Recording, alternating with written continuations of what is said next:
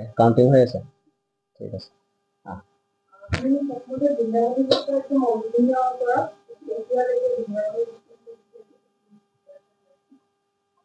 বৃন্দাবনী বস্ত্ৰ যেতিয়া শ্ৰীমন্ত শংকৰ গুৰুজন আমাৰ বৰপেটা পাটবাসীত থাকিল ঠিক তেনেকুৱা এটা সময়ত এটা ইনচিডেণ্ট ঘটিছে ইনচিডেণ্টটো হৈছে বিদেশী ব্ৰাহ্মণসকলে ৰজা নৰনাৰায়ণক ফল যোগাইছিল যে শংকৰ নামে এজন পুৰুষ আছে তেওঁ শ্ৰাদ্ধ বিধি নামানে তেওঁ ব্ৰাহ্মণী কৰ্ম নকৰে বেদ কৰ্ম নকৰে তেওঁ আমাৰ প্ৰজাক বিপথে পৰিচালিত কৰিছে তেওঁ ধৰ্মক ব্যভিচাৰ কৰিছে তেওঁ এটা ব্যভিচাৰী ধৰ্ম প্ৰৱৰ্তন কৰিছে ভগৱানৰ নামৰ বাহিৰে কৃষ্ণ নামৰ বাহিৰে তেওঁলোকৰ বাকী অসাৰ এই কথা এটা কৰিছে তো এনেধৰণৰ যেতিয়া ফলটো যোগালে সেই ফলটো যোগোৱাৰ পিছত ৰজা নৰনাৰায়ণে প্ৰজাৰ সন্তুষ্টিৰ কাৰণে আৰু ব্ৰাহ্মণসকলক মন্ত্ৰিত্ব পদ প্ৰদান কৰা হৈছিল ৰাজসভাত এইটো তেতিয়া দিনৰ এটা প্ৰথা আছিল এতিয়াও আছে আৰু চাণক্য এগৰাকী ব্ৰাহ্মণ হোৱাৰ কাৰণে তেওঁ ৰজাৰ মন্ত্ৰিত্ব লাভ কৰিছিল ঠিক একেধৰণৰ ৰজা নৰনাৰায়ণৰ পাৰিষদ আছিলে কিছুমান ব্ৰাহ্মণ যিসকলে মন্ত্ৰিত্ব প্ৰদান কৰিছিলে সেই তেওঁলোকৰ মন্ত্ৰণাত ৰজা নৰনাৰায়ণক ধৰাই আনিবৰ কাৰণে তেওঁ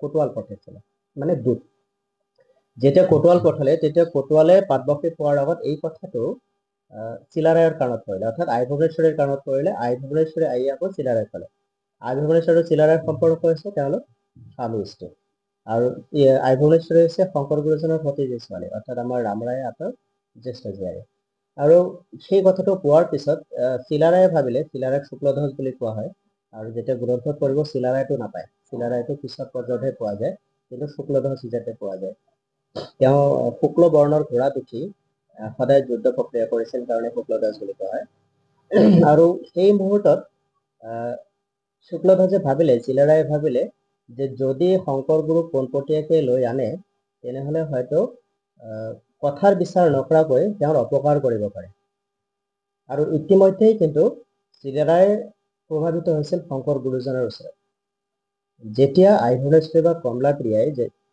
ৰাতিপুৱা বৰগীত গাই স্নান তৰ্পণ কৰি উঠি যেতিয়া বৰগীত গাই বৰগীতৰ সুৰেই প্ৰভাৱিত কৰিছিল চিলাৰায় আৰু তেতিয়া শংকৰ গুৰুজনক তেওঁ মনে মনে গুৰু হিচাপে বিবেচনা কৰিছিল তেনে ক্ষেত্ৰত এনেকুৱা এজন বিদ্বান পুৰুষক তাতে আৰু নিজৰ এটা নীতি হ'বতো তো নীতিৰ এজনক যদি তেনেধৰণৰ এটা অপকাৰ কৰে তেতিয়াহ'লে হয়তো এটা ডাঙৰ অনৰ্থ ঘটিব পাৰে এই কথাটো শুক্লধ্বজে চিন্তা কৰিছিল আৰু সেইকাৰণে পৰৱৰ্তী সময়ত তেওঁ কোটৱাল ৰজা নৰনাৰায়ণৰ দূতে পাটবাসী অহাৰ আগে আগে চিলাৰায়ে দূত পঠাই দিছিল আৰু শংকৰ গুৰুজনক তাৰ পৰা ওলাই আনিছিল পৰৱৰ্তী সময়ত তেওঁলোকে কিন্তু শংকৰ গুৰুজনক নাপাই নাৰায়ণ দাস ঠাকুৰ এটাক উঠাই লৈ আহিছে তো তাৰো এটা বিস্তৰ কাহিনী আছে সেইটোলৈকে আমি নাযাওঁ তো তাৰপিছত তেওঁলোকক যেতিয়া আনিলে চিলাৰায়ে আনি কিন্তু শংকৰ গুৰুজনক লুকাই ৰাখিছিল ক'ত লুকাই ৰাখিছিল বৰ্তমানৰ গোলকগঞ্জ ফুলবাৰী নামে এটা ঠাই আছে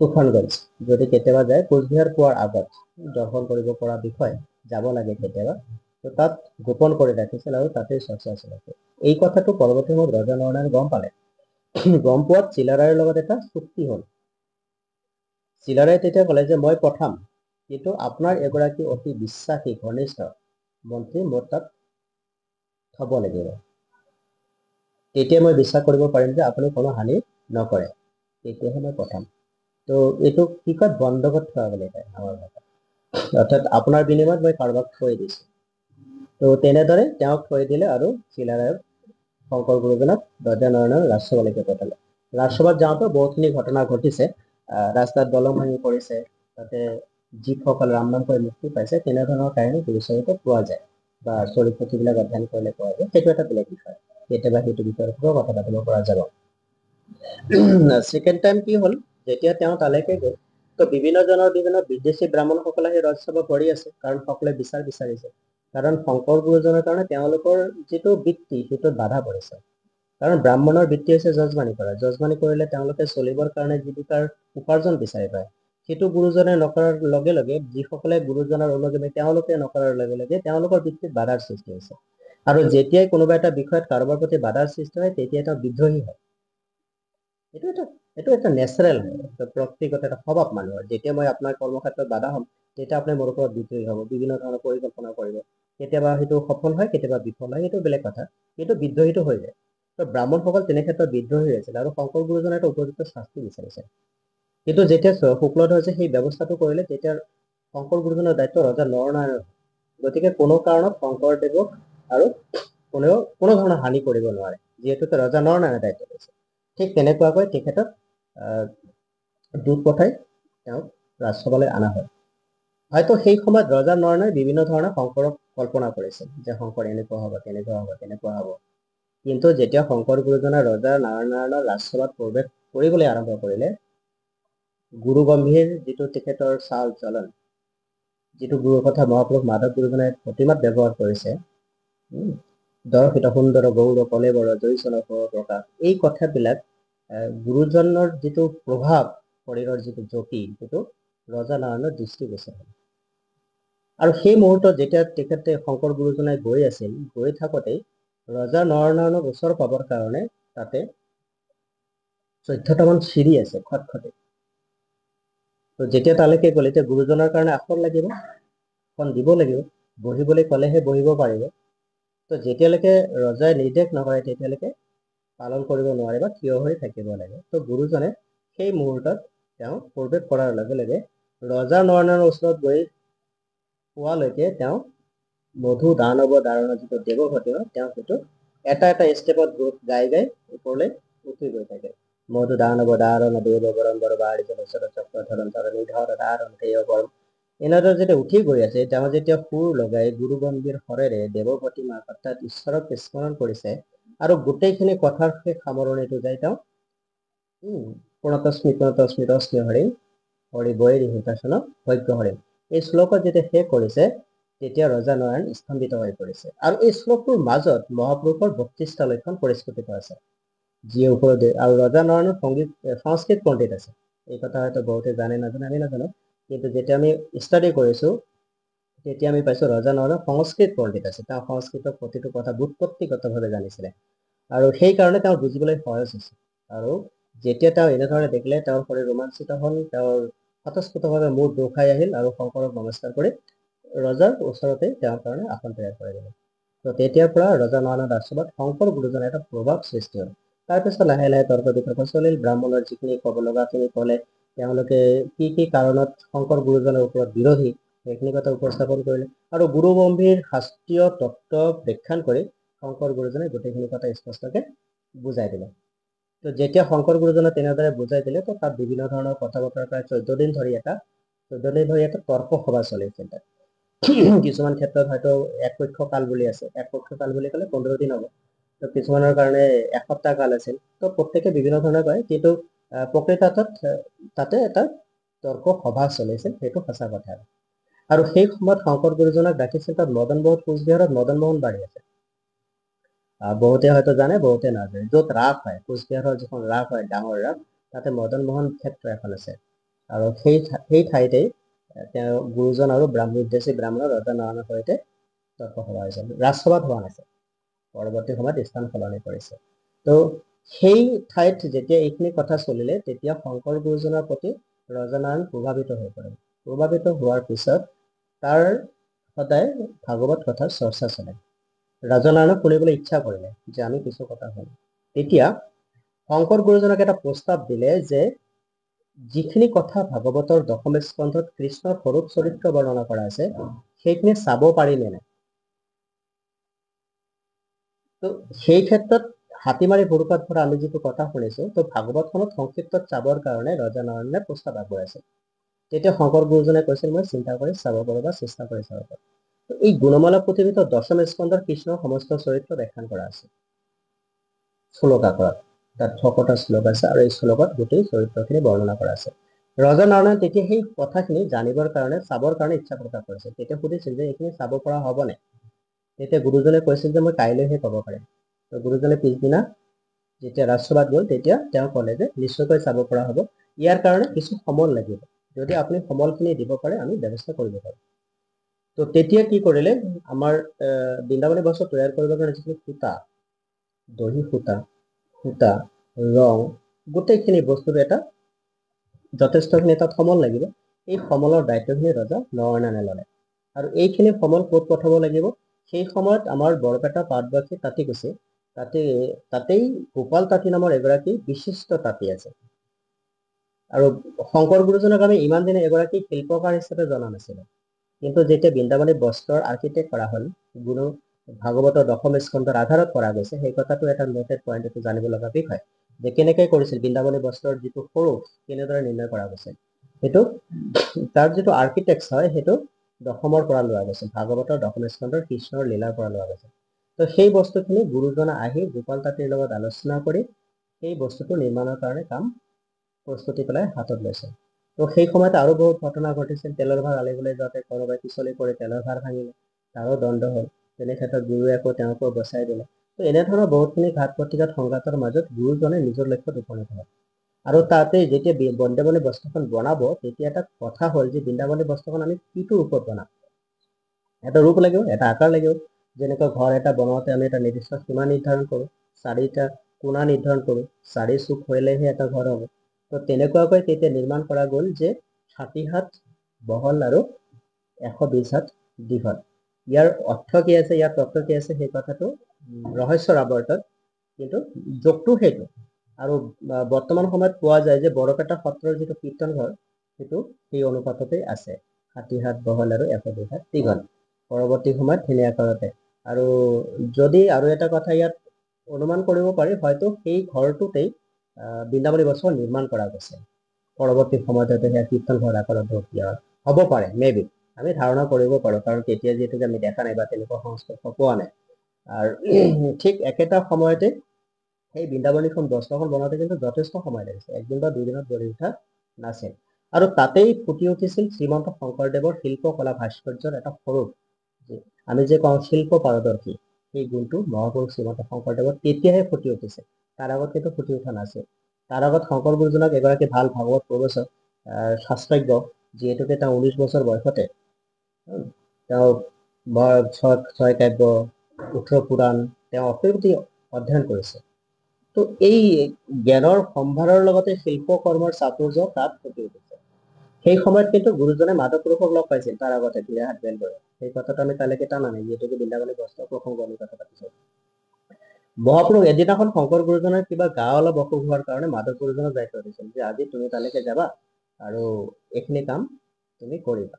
যিহেতুকে যেতিয়া গ্ৰাফ তৈয়াৰ কৰা হয়, তাৰপিছত যিকোনো তাঁতিয়ে সেই কামটো কৰিব পাৰে। ধৰি লওক আপুনি যদি শালত কিবা এখন লগাইছে, যিকোনো ফুলাম গামোচাই হওক, বুটা বাছেই হওক, কিবা হওক, আপুনি যদি ফ্ৰেমিংটো কৰি দিব পাৰিছে, যিকোনো এজনে আহি সেইটো বুব পাৰে। তো মাধৱ গুৰুজনে যিদিনাখন আহিল, সিদিনা শংকৰ গুৰুজনাই থাকোঁতে যিমানখিনি কাম হয় তাতকৈ এবেগ মানে সাধাৰণতে 10 আঙুল মান হয়, এইটোক এবেগ বুলি কয়। এই এবেগ কাম বেছি হ'ল, সদায় যিখিনি হয় তাতকৈ এবেগ বেছি হ'ল। পিছদিনাখন শংকৰ গুৰু আহি যেতিয়া সেইটো পৰ্যবেক্ষণ কৰিলে, দেখিলে যে মই কৰা কামতকৈ আজিৰ কামটোত অলপ বেছি হৈছে। সিদিনাৰ পৰা তেওঁক বৰাৰ পো অৰ্থাৎ শ্ৰীবৃদ্ধি, সিদিনাৰ পৰা বৰাৰ পো মাধৱ হিচাপে তেখেতক নতুন নামাকৰণ কৰা হ'ল। আমি বৰাৰ পো মাধৱ হিচাপে সিদিনাৰ পৰা মাধৱদেৱক জানিলোঁ। আৰু তাৰপিছত শংকৰ গুৰুজনাৰ প্ৰতিটো পৰ্বত মাধৱ গুৰুজনে সহযোগী হৈ থাকিল আৰু সম্পূৰ্ণৰূপে কামখিনি পৰিপূৰ্ণ কৰিলে। এই বৃন্দাবনী বস্ত্ৰখন সম্পূৰ্ণৰূপে এতিয়া ৰজনাৰায়ণক দিছিল নে দিয়া নাই, সেই কথাটো কিন্তু কত উল্লেখ কৰা নাই, তাতে বৃন্দাবনী বস্ত্ৰখনেই দিয়া কথা কৈছে। আৰু এই বৃন্দাবনী বস্ত্ৰখন ৰজা-নয়নক দিয়াৰ পিছত ৰজা-নয়নে অদ্ভুত হৈছে, আশ্চৰ্যচকিত হৈছে, কেনেকৈ সম্ভৱ হয়। তাত যিখিনি কথা লীলা বৰ্ণনা কৰা আছে, সপ্ত বৈকুণ্ঠৰ কথা বৰ্ণনা কৰা আছে, গোটেইখিনি বস্তু ইমান নিখুঁতভাৱে তুলিছে, তো সাধাৰণ মানুহৰ কাৰণে সম্ভৱ নহয়। তাত যিটো ৰঙৰ যিটো কাৰুকাৰ্য, যি ধৰণে ৰং তুলিকাৰ তাত লেপন কৰা গৈছে, বা ৰঙৰ যিটো নিশ্চিত কৰা হৈছে প্ৰতিটো সূতা সাধাৰণতে কি হয়, কলা হয় নে বগা হয়? সূতাৰ যিটো প্ৰকৃতিৰ যিটো বৰণ, সেইটো হৈছে বগা, তাৰপিছত বাকী ৰংবিলাক তাৰ ওপৰত চৰাই দিয়া যায়, সেইকাৰণে তেওঁ বিভিন্ন ৰূপ লয়, ৰঙীন হৈ যায়। তো সেই বস্তুখিনি কিমান কষ্টকৰ হ'ব বা কিমান অতি সূক্ষ্মভাৱে চিন্তন কৰি কৰিব লাগিব, এই কথাটো ৰজনাৰায়ণ বিদগ্ধ পণ্ডিত হোৱাৰ কাৰণে উপলব্ধি কৰিব পাৰিছে যে এইটো কোনো সহজ কাম নহয় বা সহজ পুৰুষৰ কাম নহয়। তো তেতিয়াই শংকৰ গুৰুজনাক শংকৰ মহাপুৰুষ হিচাপে ৰজনাৰায়ণে চিহ্নিত কৰিছে। আৰু তেতিয়াৰ পৰা বস্তুখিনি দিয়াৰ পিছত বস্তুখিনি বৰপেটালৈকে ঘূৰাই আনিলে নানিলে, এই কথা কত উল্লেখ পোৱা নাযায়। আমি যিমান দূৰ শুনিছোঁ, যিমানখিনি আমি পাইছোঁ বিভিন্ন মুখেৰে, বিভিন্ন গ্ৰন্থ অধ্যয়ন কৰি, ৰজা নয়নক এইখিনি উপহাৰ হিচাপে দিছিলে শংকৰদেৱে। তো যেতিয়া উপহাৰ হিচাপে দিছিলে তেতিয়া নিশ্চিতভাৱে ৰজা নৰনাৰায়ণে উভতাই দিয়া হয়, কাৰণ মই যদি আপোনাক এটা উপহাৰ দিওঁ তেনেহ'লে আপুনি মোক নিদিব। কিন্তু তাৎপৰ্যপূৰ্ণ বিষয়, পৰৱৰ্তী সময়ত নৃপেন্দ্ৰ নাৰায়ণৰ দিনত অলৰেডিতো নৰনাৰায়ণ ঢুকাই গ'ল, চিলাৰায় ঢুকাই গ'ল, জগবেন্দ্ৰ নাৰায়ণ ঢুকাই গ'ল, নৃপেন্দ্ৰ নাৰায়ণ তেওঁলোকৰ শেষৰজন ৰজা হয়। তেওঁৰ অহাৰ দিনত ৰাণী এলিজাবেথ তালৈকে আহিছিল, ইংলেণ্ডৰ ৰাণী এলিজাবেথ তালৈকে আহিছিল। তেওঁলোকৰ লগত কিবা এটা সম্পৰ্ক আছিল, হয়তো তেওঁলোকৰ বংশগতভাৱে নহ'লেও পাৰিবাৰিক বৈবাহিক কিবা তেনেকুৱা এটা সম্পৰ্ক এটা আছে, সেইটো একজেক্ট নহয় কিন্তু হ'ব পাৰে মেবি। তো তেনে ক্ষেত্ৰত সেই বস্তুটো যেতিয়া তাৰ মিউজিয়ামত দেখা পাইছিল তেতিয়া তেওঁ সেই বস্তুখিনি ইংলেণ্ডৰ মানুহক, ইংলেণ্ডবাসীক দেখুৱাবৰ কাৰণে তেওঁ এটা আপত্তি দেখাইছিল, আৰু সম্ভৱতঃ সেই মুহূৰ্তত সেই আপত্তিটো গ্ৰহণ কৰিলে আৰু বৃন্দাবনী বস্ত্ৰখন খুব যত্নপূৰ্বকভাৱে ইংলেণ্ডলৈকে লৈ যোৱা হয়। এতিয়া পৰৱৰ্তী সময়ত ইংলেণ্ডৰ পৰা সেইখন বৃন্দাবনী বস্ত্ৰ সম্পূৰ্ণকৈ ঘূৰাই দিলে নে আধা তাত ৰাখি পেলাই ঘূৰাই দিলে, এই কথা এতিয়াও ৰহস্য হৈ আছে। আৰু এতিয়া তাতে থকা বৃন্দাবনী বস্ত্ৰখন 60 হাত বহল 120 হাত দীঘল হৈ আছে নে নাই, এইটো কিন্তু যিমানখিনি আমাৰ ইয়াৰ পৰা টিম তালৈকে গৈছে, কথা পাতিছে, অসম চৰকাৰৰ লগত, ভাৰত চৰকাৰৰ লগত টাই আপ হৈ পেলাই আৰ্কিটেক্ট টিম তাতে যোৱাৰ পিছত এই কথাটো কিন্তু উল্লেখ কৰা নাই যে পূৰ্ণাংগ ৰূপত বৃন্দাবনী বস্ত্ৰখন আছে নে নাই, এই তথ্য কিন্তু আমি পোৱা নাই, হয়তো সাংবাদিকে সোধা নাই অথবা সোধাৰ পৰিৱেশ পোৱা নাই, তেনেধৰণৰ কিবা এটা আছে। তো যদি তাতে আমি চৰিত্ৰত পোৱাৰ মতে গুৰুজনে বনোৱা মতে যদি 60 আৰু 120 হয় তেনেহ'লে তাত যদি সেইখন আছে তেনেহ'লে পূৰ্ণাংগ ৰূপত আছে। যদি তাত কমি আছে তেনেহ'লে এই কথা আমি অনুভৱ কৰিব পাৰি যে বস্তুটো তাত হৰণ ভগন হৈছে, হয়তো কোনোবাই ৰাখিছে অলপ, কোনোবাই কাৰোবাক অলপ দিছে, তেনেকৈ বস্তুখিনি হৈছে। আৰু পৰৱৰ্তী সময়ত এইখিনি বস্তু নেপাললৈ যোৱাৰ সম্ভাৱনা আছে। কিয় নেপাললৈ যোৱাৰ সম্ভাৱনা আছে, যিহেতুকে কোচবিহাৰ, দাৰ্জিলিং আৰু নেপাল বেছি দূৰ ডিষ্টেঞ্চ নহয়, আৰু নেপাল সেই সময়ত ৰজাৰ দেশ আছে, হয়তো ৰজাৰ লগত ৰজাৰ এটা সম্পৰ্ক থাকে, সেই সময়ত হয়তো তেওঁলোকে এই বস্তুটো যে আমিও অলপমান আমাৰ নেপালবাসীক দেখুৱাবৰ কাৰণে আপোনালোকে আমাক দিয়ে, হয়তো তেনেকৈ কিবা এটা টুকুৰা হয়তো কাটি দিব পাৰে, মেবি হ'ব পাৰে, সম্পূৰ্ণৰূপে শুদ্ধকে নহয়, হ'ব পাৰে। যেনে ধৰি লওক এটা বস্তু ভাল লাগিছে তাৰে এটা টুকুৰা মই আপোনাক দিব পাৰোঁ, এইটো লৈ যাওক ৰাখক, হয় কেতিয়াবা তেনেকুৱা কৰা যায়, আৰু এটা টুকুৰা মত থাকে এটা চিম্বলিক হিচাপে লাইক দেট, তেনেকুৱা হ'ব পাৰে মেবি। তো তেনেকৈ হয়তো নেপালৰ তাত গৈছে। এতিয়া বস্তুখন আমাৰ ভাৰতৰ যিহেতুকে ভাৰতত উভতাই দিব লাগিব কাৰণে হয়তো ইংলেণ্ড চৰকাৰে তেওঁলোকে এটা চৰ্ত বান্ধি দিছে যে সেইটো বস্তু আমি আপোনালোকক সম্পূৰ্ণৰূপে দিব নোৱাৰিম, কিন্তু অসমবাসীয়ে চাব পৰাকৈ তেওঁলোকে কিছুদিনৰ কাৰণে পঠাই দিব, আৰু সেই বস্তুখিনি চোৱাৰ পিছত আকৌ তেওঁলোকে উভতাই লৈ যাব। আলোচনাটো বৰ্তমান সম্পৰ্কত তেনেকৈ চলি আছে, কিন্তু এতিয়াও সম্পূৰ্ণ হোৱা নাই যে বৃন্দাবনী বস্ত্ৰখন তাত কিমান পৰিমাণৰ আছে, কিমান জোখৰ আছে, সম্পূৰ্ণকে আছে, অৰ্থাৎ পূৰ্ণাংগকে আছে নে অপূৰ্ণাংগকে আছে নে টুকুৰা টুকুৰি হৈ আছে। কিন্তু এইখিনি কথা আকৌ বুজি পাবলৈ হ'লে আৰু কেইটামান বস্তু তললৈকে যাব লাগিব, যে যদি তাত পূৰ্ণাংগ ৰূপত আছে, বৃন্দাবনী বস্ত্ৰৰ দহি সূতা কিন্তু মধুপুৰ সত্ৰত আছে। যদি তাত পূৰ্ণাংগ ৰূপত আছে তেনেহ'লে দহি সূতাখন মধুপুৰ সত্ৰত কেনেদৰে পালে, অৰ্থাৎ পূৰ্ণাংগ ৰূপত তাত নাই, তাক হৰণ বহন কৰা গৈছে, এনেধৰণেও চিন্তা কৰিব পাৰি বহল ক্ষেত্ৰত। তো এই গোটেইখিনি অভাৰঅল বিষয়টো ৰজা নৰনাৰায়ণৰ আশ্ৰমৰ পৰা আৰম্ভ হৈছে আৰু বৰপেটা কাটিকুচিত আহি সম্পূৰ্ণ হ'ল।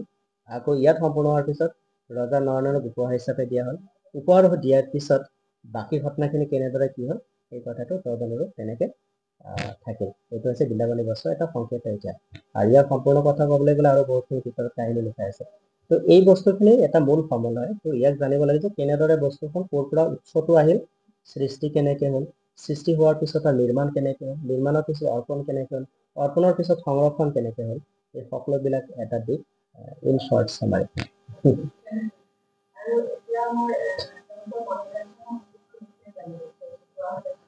মণিকাঞ্চন সংযোগ যেতিয়া গুৰুজনে ধুনীয়াহাট লক্ষ্মীনাথ বেজবৰুৱাই দিছে, কিন্তু লক্ষ্মীনাথ বেজবৰুৱাই কেনেকৈ দিলে, কিয় দিলে, ইয়াৰ নেপথ্যৰ কিছুমান ৰহস্য নিশ্চয়কৈ আছে। আৰু লক্ষ্মীনাথ বেজবৰুৱাটো আধুনিক সাহিত্যিক ন, গতিকে সেই সময়তো লক্ষ্মীনাথ বেজবৰুৱা নাছিল, গতিকে এইটো মণিকাঞ্চন সংযোগ তেতিয়া আহিছিল নে আগলৈকে আছিল, সেইটো চাব লগা দিশ আছে। আপুনি তৎকাল ক'ব নোৱাৰে যে লক্ষ্মীনাথ বেজবৰুৱাই দিছে, কাৰণ লক্ষ্মীনাথ বেজবৰুৱা সেই সময়ৰ নহয়, লক্ষ্মীনাথ বেজবৰুৱা মহাপুৰুষ শংকৰদেৱৰ 15 শতিকাৰ নহয়, গতিকে তাত কোৱেশ্যনছ আছে। আৰু এই বস্তুটো আজি নহয়, এই বস্তুটো তেতিয়াই আহিছিলে ন যেতিয়াই তেওঁলোকৰ লগত মিলন ঘটিছিল। তো কৰবাত কোনোবা গুৰু চৰিত্ৰত এই কথাটো উল্লেখ আছে, কিন্তু কোনজনে উল্লেখ কৰিছে সেই কথাটো হোৱা নাই। গুৰু চৰিত্ৰত অধ্যয়ন কৰাৰ পিছত হয়তো লক্ষ্মীনাথ বেজবৰুৱাই সেই বস্তুটো পালে আৰু নিজৰ গ্ৰন্থ শ্ৰী শ্ৰী শংকৰদেৱ আৰু শ্ৰী শ্ৰী মাধৱদেৱত এইটো স্পষ্ট কৰিলে, যিখন আমি ষ্টাডি কৰো সাধাৰণতে ল'ৰা ছোৱালী কৰে। কৰিছা চাগে? হয়, তাত তেনেদৰে উল্লেখ কৰা আছে। তো তাত তেনেকুৱা ব্ৰিফ হিষ্ট্ৰীও দিয়া আছে, বংশাৱলী দিয়া আছে আৰু অন্যান্য বহুতখিনি আছে। তেতিয়া কেনেদৰে লগ সকলোখিনি তথ্য তাত থুলমূলকৈ দিয়া আছে, কাৰণ গুৰুজনৰ বৰ্ণিল জীৱনৰ ইতিহাস বহুত বিশাল, গতিকে তাক সংগীতক শেষ কৰিব নোৱাৰে। হয়তো গুৰুচৰিত যদি লিখা নহ'লহেঁতেন, এতিয়া গুৰুচৰিত লিখাৰো কেইবাটাও ঠাল আছে। গুৰুচৰিত কোনে লিখিছে? গুৰুজনে লিখা নাই। গুৰুচৰিত মাধৱজনে লিখা নাই, বেলেগে লিখিছে। তো বেলেগে কাৰ কাৰ নিৰ্দেশনাত লিখিছে সেইটো এটা চাব লগা দিশ আছে। যিখন ৰামচৰণ ঠাকুৰৰ সেইখন মাধৱদেৱৰ হেৰিত লিখা গৈছে, মাধৱদেৱৰ নিৰ্দেশ আৰু পৰামৰ্শত লিখা গৈছে, কাৰণ ৰামচৰণ ঠাকুৰ মাধৱদেৱৰ থাকি নাই। আৰু যেতিয়া দেখিলে যে যদি এইখিনি বস্তু সংকলন কৰা নহয়, আমাৰ যিখিনি প্ৰজন্ম আহিব তেওঁলোকে এই বস্তুটো নাপাবৰ কাৰণে সংৰক্ষণ কাৰণে, আৰু ৰামচৰণ ঠাকুৰৰ বিদগ্ধ আছে, তেওঁ পদছন্দত অলপ ভাল অভিজ্ঞতা আছে, তাৰ দখল আছে। সেইকাৰণে যিখিনি লিখিছে গোটেইখিনি পদছন্দত আছে। ৰামচৰণ ঠাকুৰৰ গুৰুচৰিতখন পদছন্দত আছে, পঢ়িলে ভাল লাগে, শুনি ভাল লাগে, আৰু সুন্দৰ ছন্দবদ্ধভাৱে ধুনীয়াকৈ সজাইছে। দৈত্যনাৰায়ণ ঠাকুৰখন কিন্তু অলপ আকৌ বেলেগ।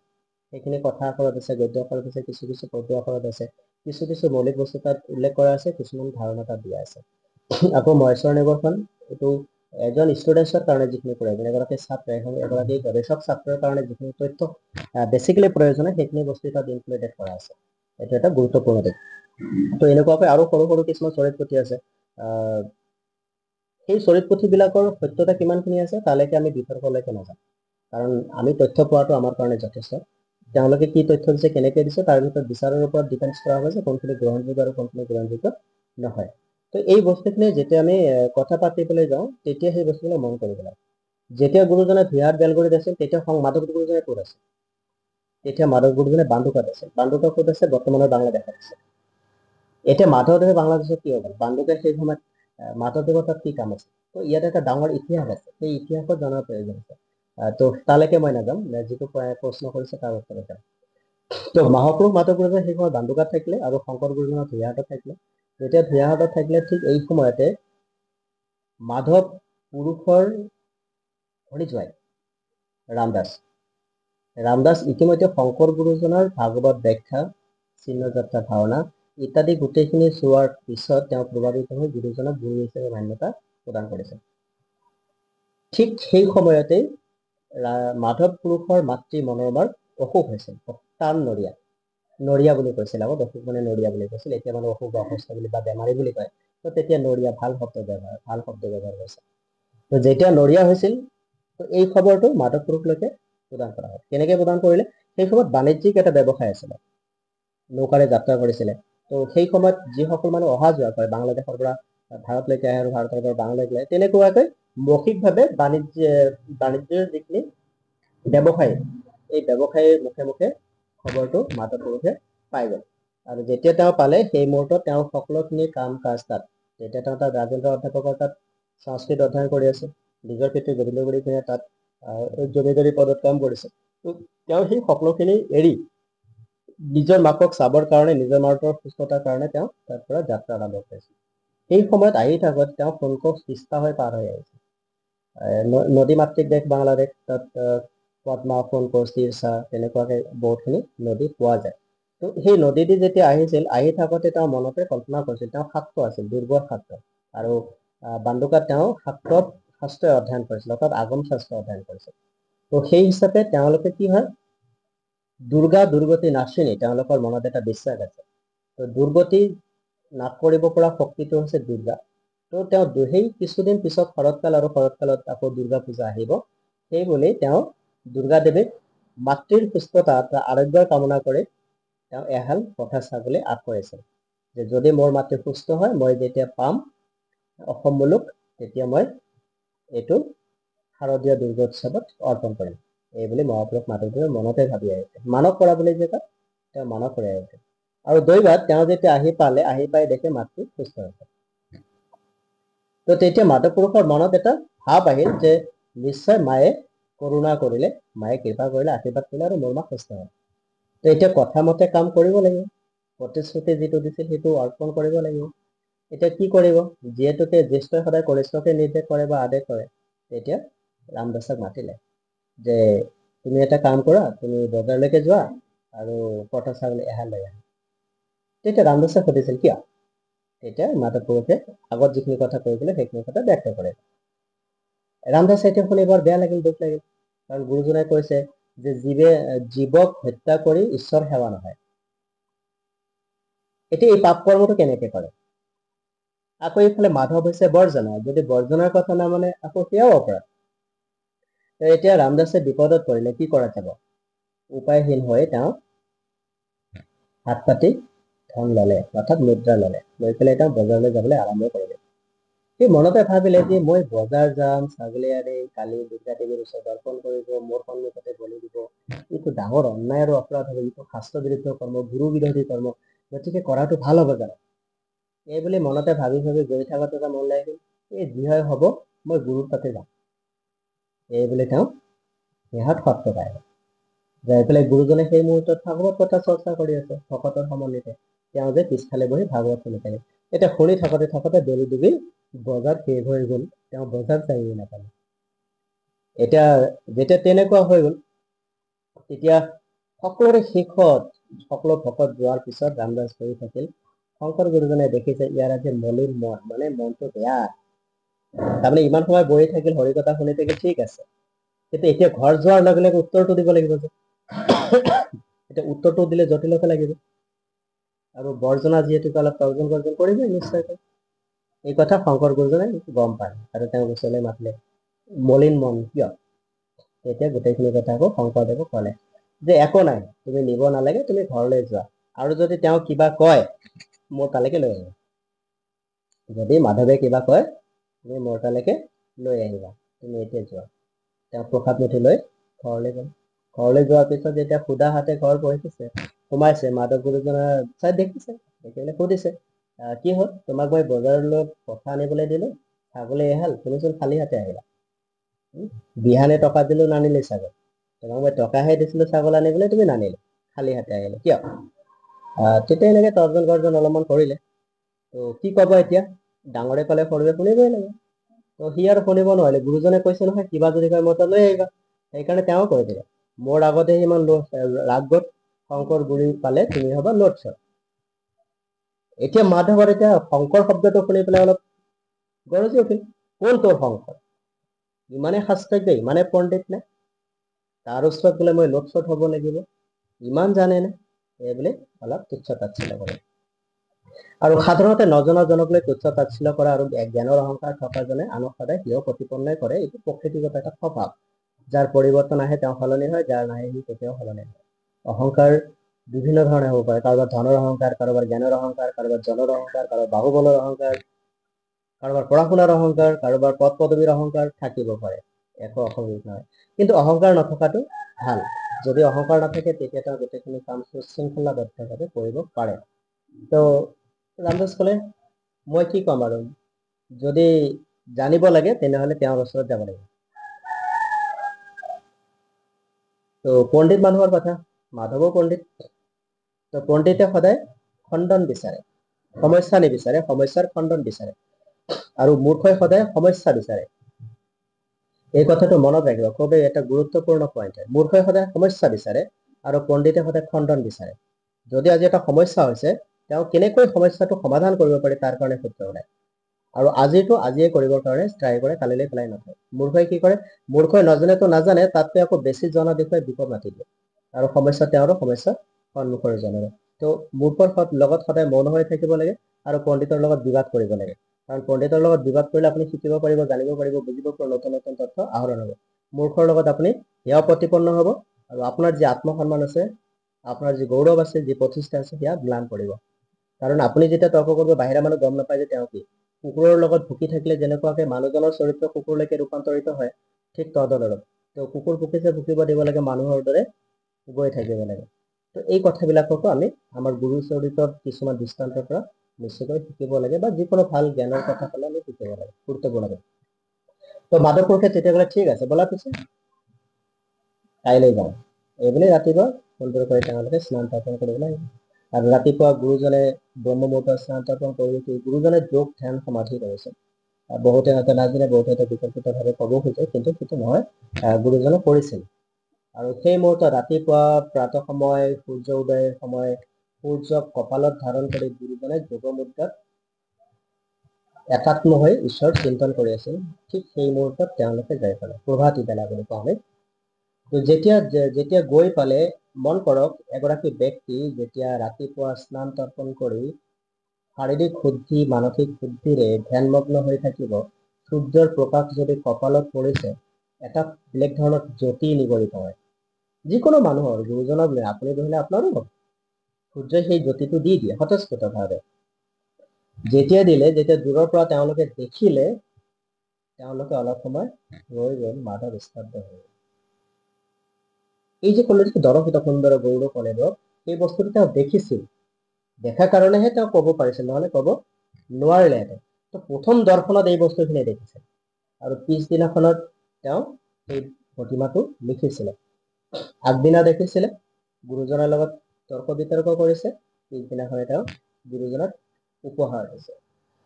তো তাৰ ভিতৰত কিছুমান বস্তুত মাধৱে প্ৰকাশ কৰি দিছিল, গুৰুজনে এইটো সংস্কাৰ কৰি লুকাই থৈছে। তো সেইবিলাক বিষয়ও আছে, সেইবিলাকো জানিব লগা বিষয় আছে। গুৰুজনে প্ৰকৃততে কোন আছিল সেই কথা মাধৱে প্ৰকাশ কৰিছিল, কিন্তু গুৰুজনে জগতৰ লোকক পূৰ্ণাংগ ৰূপটো নজনাবৰ কাৰণে তেওঁ নিজে আকৌ শব্দৰে গাঁঠি লুকাই থৈ দিলে। যিটো বিচক্ষণ নহলে বুজি নাপাব, যিসকল বিচক্ষণ তেওঁলোকে এই কথাটো বুজি পাব। ঠিক তেনেদৰে আহিলে গুৰুজনাৰ ওচৰত তেওঁলোকে থিয় হৈ থাকিল, ৰামদাসে সেৱা কৰিলে, গুৰু সেৱা, গুৰু শিষ্য যিটো পৰম্পৰা থাকে। আৰু অলপমান পিছত গুৰুজনৰ চকু খোল খালে, আৰু গুৰু আসনৰ সন্মুখত উপবিষ্ট কৰাই তেওঁলোকৰ লগত কথা পাতিবলৈ আৰম্ভ কৰিলে। আৰু ঠিক তেনেদৰে যেতিয়া কথা পাতিবলৈ আৰম্ভ কৰিলে, দুইজনৰ মাজত আগম আৰু নিগমৰ শাস্ত্ৰাবাদ হয়, শাস্ত্ৰাৰ্থ হয়। আগম আৰু নিগমৰ এই শাস্ত্ৰাৰ্থ হোৱাত,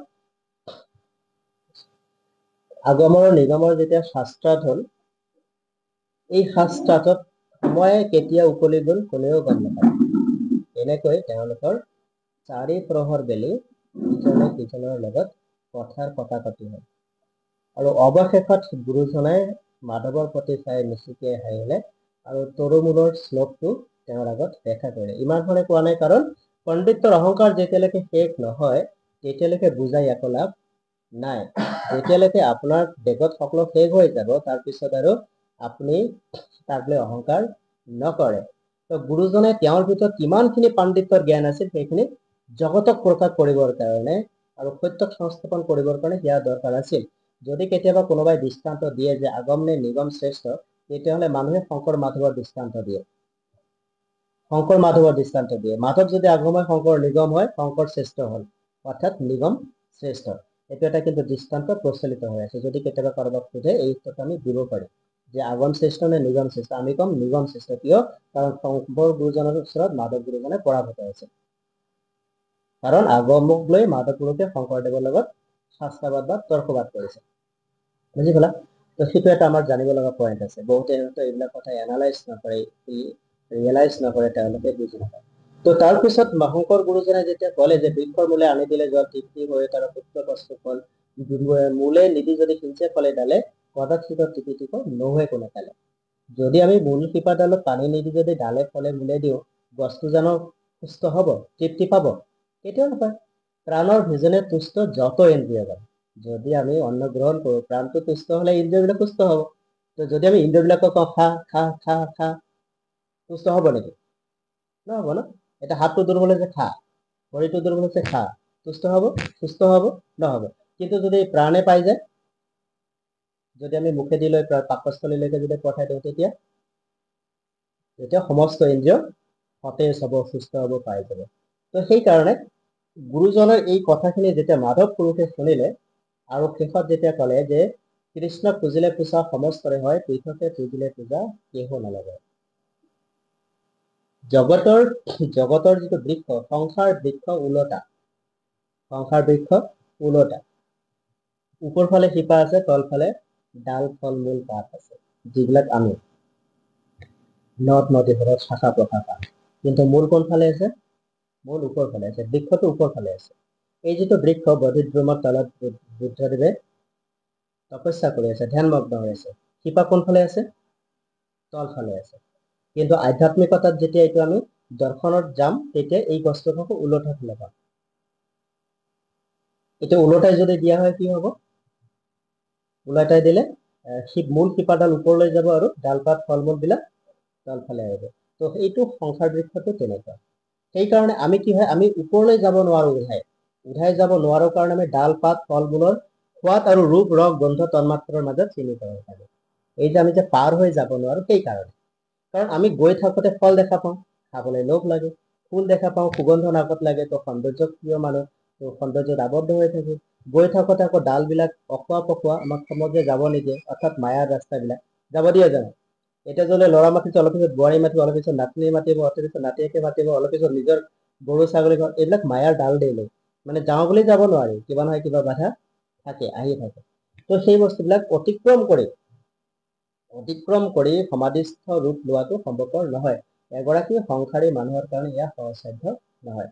তো সেই কথাটোৱে মহাপুৰুষ মাধৱ গুৰুজনক শংকৰ গুৰুজনে যেতিয়া দেখিলে যে আগমৰ সমস্ত কথা প্ৰকাশ হৈ গ'ল, প্ৰচাৰ হৈ গ'ল, নিগমৰ কথাৰ যেতিয়া সকলোখিনি কথা প্ৰচাৰ হৈ গ'ল, অন্তিম যিটো মূল কথা সেই কথাটো এতিয়া মাধৱে যেতিয়া চাৰেণ্ডাৰ হৈ গ'ল, মানে নাই আৰু ক'বলৈ, কি ক'ব, ক'বলৈ নাই আৰু, দিবলৈ নাই আৰু, তেতিয়া তেওঁ ক'লে মোৰ শাস্ত্ৰ ভাণ্ডাৰ শেষ হ'ল।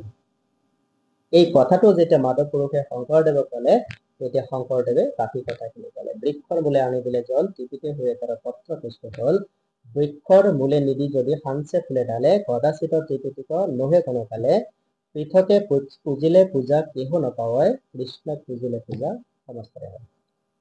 উদাহৰণটো কি দিছে? প্ৰাণৰ ভোজনে তুষ্ট যত ইন্দ্ৰিয়গণ। দৃষ্টান্ত কিমান সাংঘাতিক দৃষ্টান্ত দিছে। আমি শৰীৰৰ ইন্দ্ৰিয়বিলাকক তুষ্ট কৰিবলৈ হলে প্ৰাণত ভোজন দিলে যথেষ্ট। বৃক্ষৰ গুৰিত ডাল দিয়ক, পাতত দিব নালাগে, সি সতেজভাৱে বাঢ়ি গৈ থাকিব। তো এই সৰু সত্যক যেতিয়া মাধৱ পুৰুষে উপলব্ধি কৰিলে, তেতিয়া মাধৱ পুৰুষে তেওঁক পুনৰবাৰ দণ্ডবতে সেৱা কৰিলে।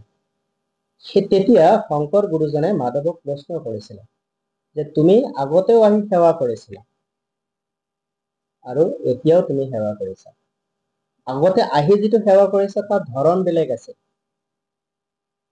এই যে আমি পটকে আহিলো, এইটো এটা সেৱা, আৰু আঁঠু কাঢ়ি চৰণ চুই সেৱা, সেইটো এটা সেৱা। দুই ধৰণৰ। তেতিয়াহ'লে দুটা তাত ভাৱনা জড়িত আছে, দুটা মনৰ ভাৱ জড়িত আছে।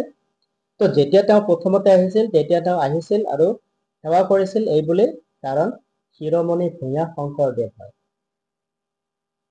সেইকাৰণে তেওঁলোকৰ জ্যেষ্ঠজনক সেৱা কৰিব লাগে। তো তেতিয়া প্ৰথমে তেওঁ সেৱা কৰিছিল শিৰোমণি ভূঞা বৰমানি, আৰু দ্বিতীয়বাৰ যেতিয়া তেওঁ আঁঠু কাঢ়ি ষষ্ঠাংগে মানে 8টা অংগ মাটিত লাই গুৰুৰ চৰণ চুই দুই হাতে দুই ভৰিত স্পৰ্শ কৰি যেতিয়া সেৱা কৰিছে, এইটো দণ্ডবত বুলি কয়। দণ্ডবতে যেতিয়া সেৱা কৰিছো আপোনাক গুৰু মানে, অৰ্থাৎ টোটেলি চাৰেণ্ডাৰ। যেতিয়ালৈকে আমি সম্পূৰ্ণৰূপে সমৰ্পণ নহওঁ, তেতিয়ালৈকে ঈশ্বৰ কাকো গ্ৰহণ নকৰে।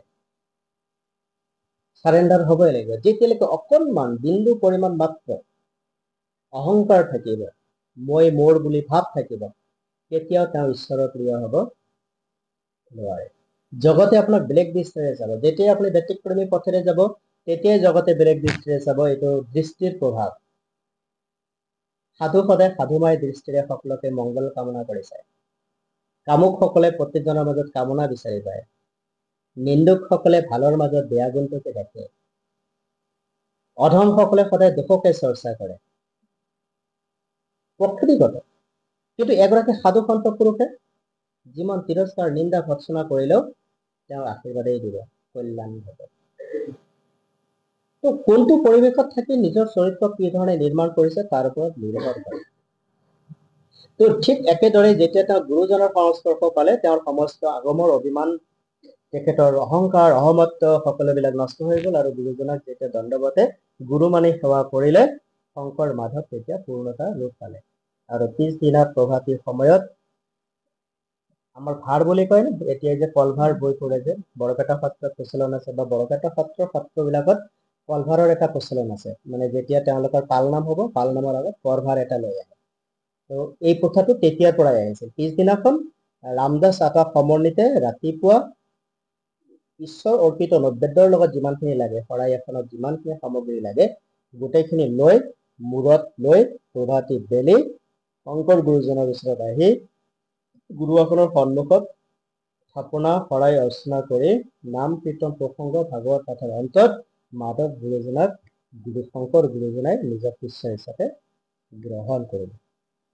আৰু তেতিয়াৰ পৰাই শিৱ শংকৰ আৰু মাধৱ অভেদ ঈশ্বৰ বুলি তাত উপস্থিত থকা ভক্তসকলে অনুভৱ কৰিলে, আৰু সিদিনাৰ পৰা শংকৰ মাধৱ মণিকাঞ্চন সংযোগ হোৱা বুলি ভকতে দেখা পাইছে। তো এই যিটো ব্যৱস্থা, তো ইয়াৰ এটা সুন্দৰ এটা পৰিভাষিক ৰূপ আছে, এটা নান্দনিক ৰূপ আছে। এই বস্তুখিনিকে আমি উপলব্ধি কৰিব পাৰিব লাগিব। চাহ খাই লওক, কথা পাতি থাকিম, খাই লওক আপোনালোকে, নহ'লে ঠাণ্ডা হৈ কোৱা আৰু কি প্ৰশ্ন আছে?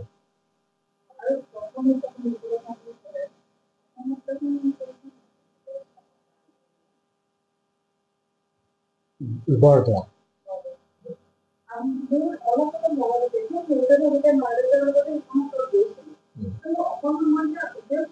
এতিয়া ৰূপ সলনি হৈছে, কাৰণ এতিয়া অত্যাধুনিকৰণ কৰা হ'ল,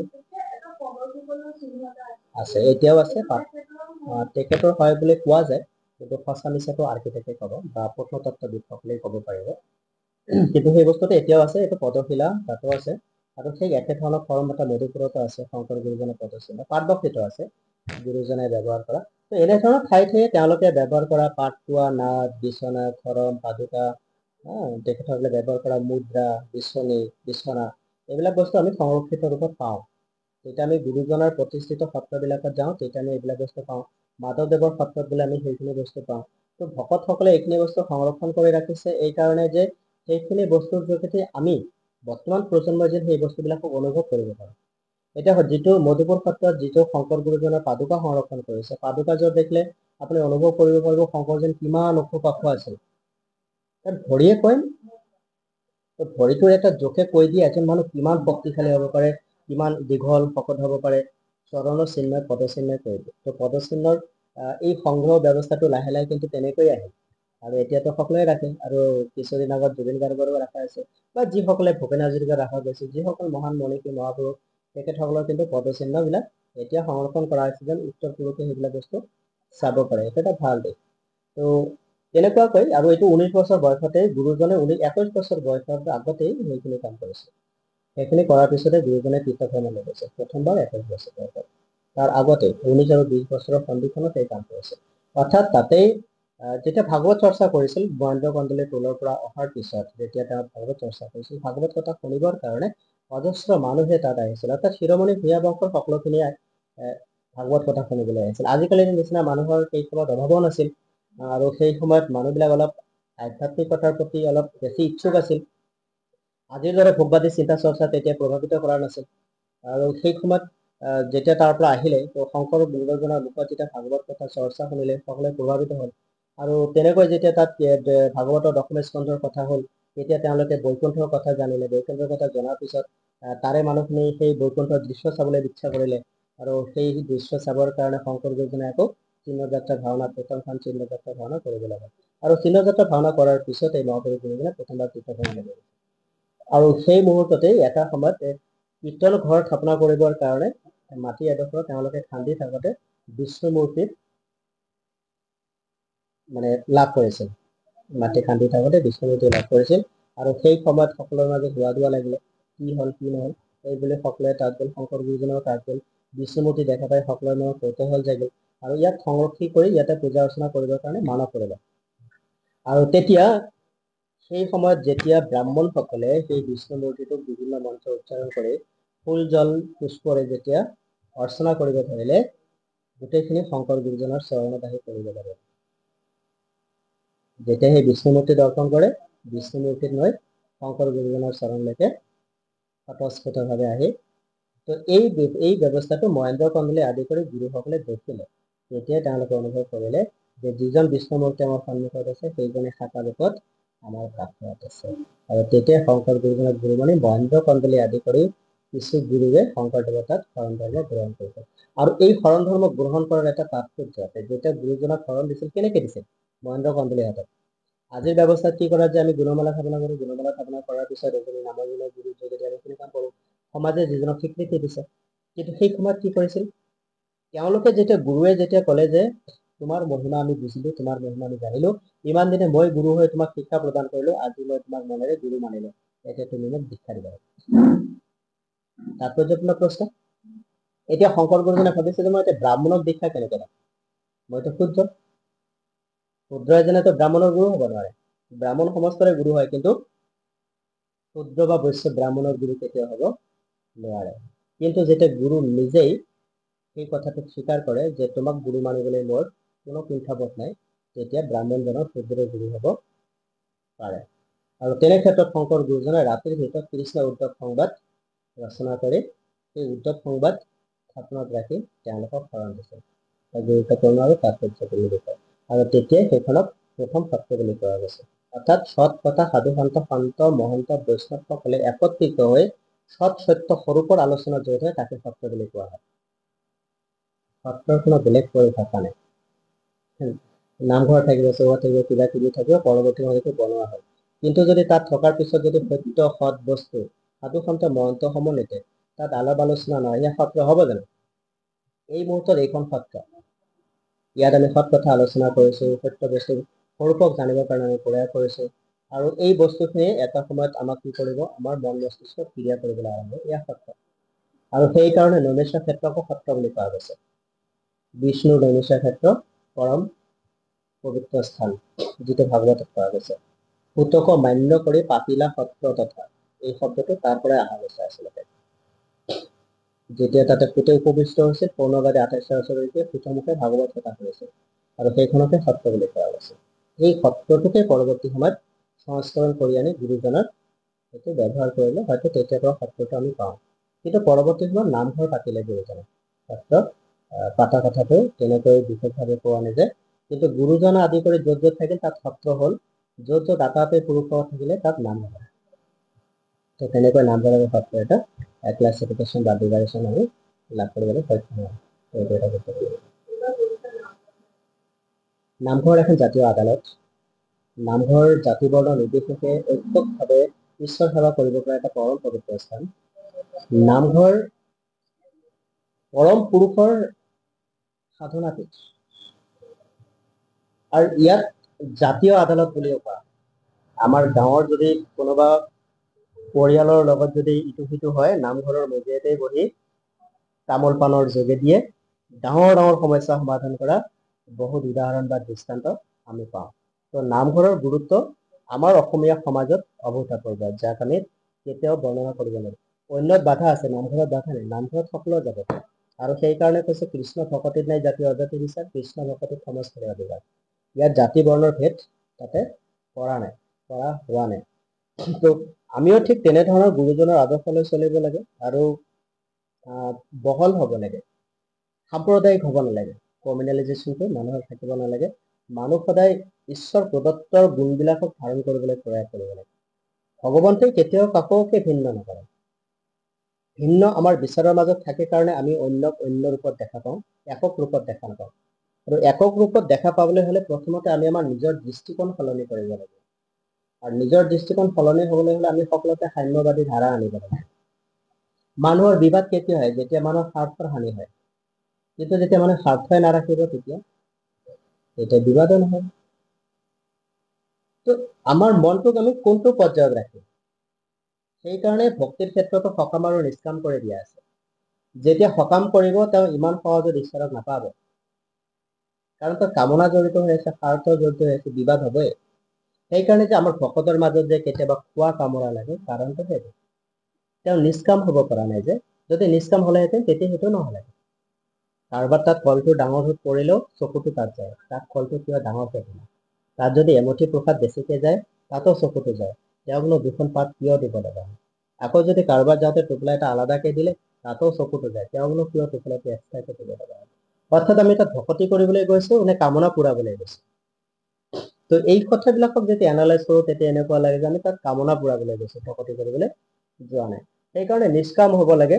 কোনে কি কৰিছে কৰিছে, মই ঈশ্বৰ ভক্তি কৰিবলৈ আহিছো, ঈশ্বৰৰ সেৱা কৰিবলৈ আহিছো, আৰু ঈশ্বৰ সেৱা কৰিলে সদায় টোটেলি চাৰেণ্ডাৰ হ'ব লাগে। নিজক বুলি একো ৰাখিব লাগে। তেজিও অহম মম ভাও কৰিও সেবিও কৃষ্ণৰ পাও, এই কথাক মনত ৰাখিব লাগে। আমাৰ অহম মানে মই আৰু মোৰ বুলি অহংকাৰ, সেইটো এৰিব লাগে আৰু কৃষ্ণক সেৱা ভক্তি কৰিব লাগে। এই গুণটো আহৰণ কৰিব পাৰিব লাগে, তেতিয়াহে তেওঁ নিষ্কাম ভক্তি কৰিব পাৰিব।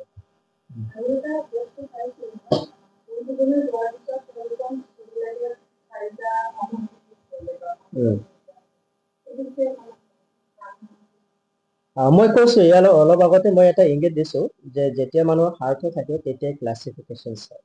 যেতিয়া শংকৰ গুৰুজনে বৈকুণ্ঠ প্ৰয়াণ হ'ল, শংকৰ গুৰুজনে উত্তৰাধিকাৰী হিচাপে মাধৱদেৱক ইতিমধ্যে দায়িত্ব দিছে। এই কথাটো কেনেকে গম পাওঁ আমি?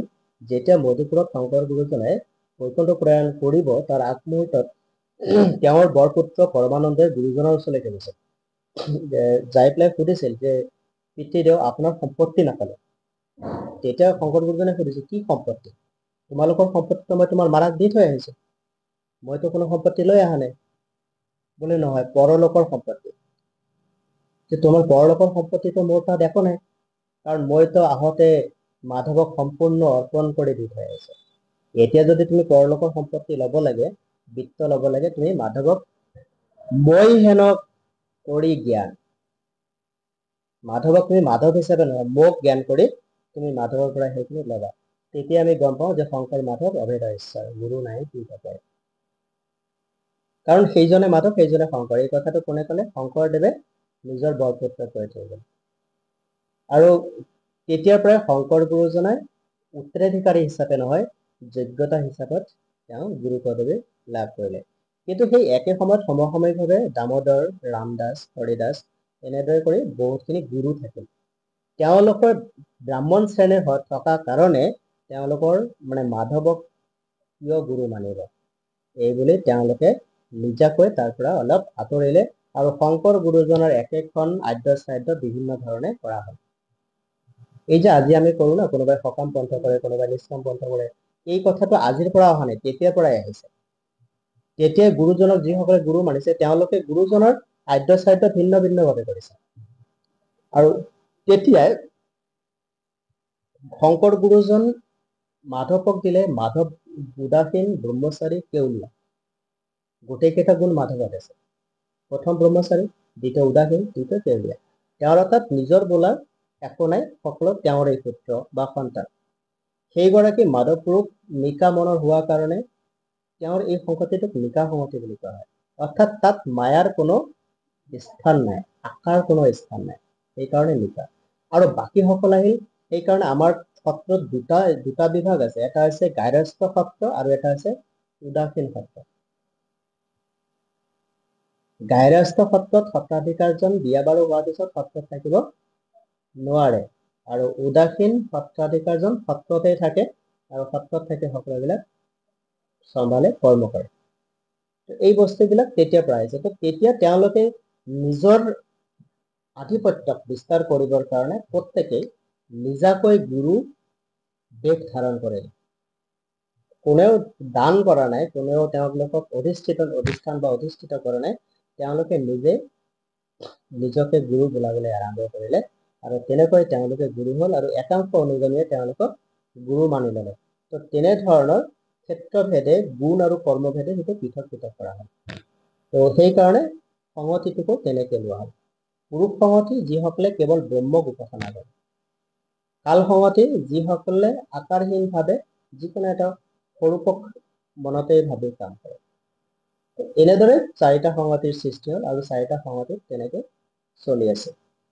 আৰু এই সংগতিৰ মূল কাৰণটো হৈছে নিজৰ আধিপত্য, নিজৰ পদবী পদমৰ্যাদা অক্ষুণ্ণ ৰাখি সমাজত নিজৰ সন্মান লাভ কৰাৰ এটা প্ৰয়াস আছে। আৰু সেইকাৰণে আমি চাৰিটা ভাগত ভাগ হৈ গ'লো। যেনেকুৱা ঘৰখনতে তেনেকুৱা হয়, আনৰ কথা কি ক'ম। আজি ডাঙৰ ল'ৰা ভাগ হ'ব, সি এটা ভাগ ল'ব, সি ভাগ লৈ আকৌ নিজৰ এটা নাম তৈয়াৰ কৰিব। আকৌ সৰু ল'ৰা তেওঁ ভাগ ল'ব, তেওঁ আকৌ কিবা এটা নিজৰ নাম তৈয়াৰ কৰিব। একেখন ঘৰত ভিন্ন ৰূপ। গুৰুজন থাকোঁতে সকলোৱে একেখন ছাতৰ তলত আছিল, এজন গুৰুৰ নিৰ্দেশনাত আছিল, তেতিয়ালৈকে একে আছিল। যেতিয়াই গুৰুজন হ'ল তেতিয়া। আজি চাওক আমাৰ শংকৰ গুৰুজনাৰ ৰীতি নীতিৰ আদৰ্শ একেই। শংকৰ সংঘবিলাক বা অপৰিচয় সমাজ ছিল, নাম ধৰ্ম সমাজ ছিল, জনজাতি নাম ধৰ্ম সমাজ ছিল, ভাগৱতী সমাজ ছিল, আদৰ্শতে একে, মূল শিপাডাল একে। কিন্তু বাকীবিলাক আলাদা কিয় হ'ল? কাৰণ যাৰ যেনে ধৰণৰ মনৰ বিবেচনাৰে কৰিব পৰা হয় তেওঁলোকে তেনেকৈ কৰে। আৰু ঘৰ বান্ধিলে সীমা দিব লাগিব ন। সেইকাৰণে যেতিয়া দল সমাজ সংগঠন হ'ল তেতিয়া এটা এখন সংবিধান বনালে, কিছুমান বাউণ্ডেৰী বনাই থৈ দিলে, কিছুমান ৰীতি নিৰ্দেশনা দি দিলে, এইখিনি মানিলে আমাৰ, এইখিনি নামানিলে তোমাৰ। এই আমাৰ আৰু তোমাৰ মাজত বিভাজনটো থাকি থাকে। এই যে চুৱা চুটি খেলা খেলি পায় নাপায়, যায় নাযায়, হয় নহয়, খায় নাখায়, দিয়ে নিদিয়ে, এই সকলোবিলাক খেল সেইটো।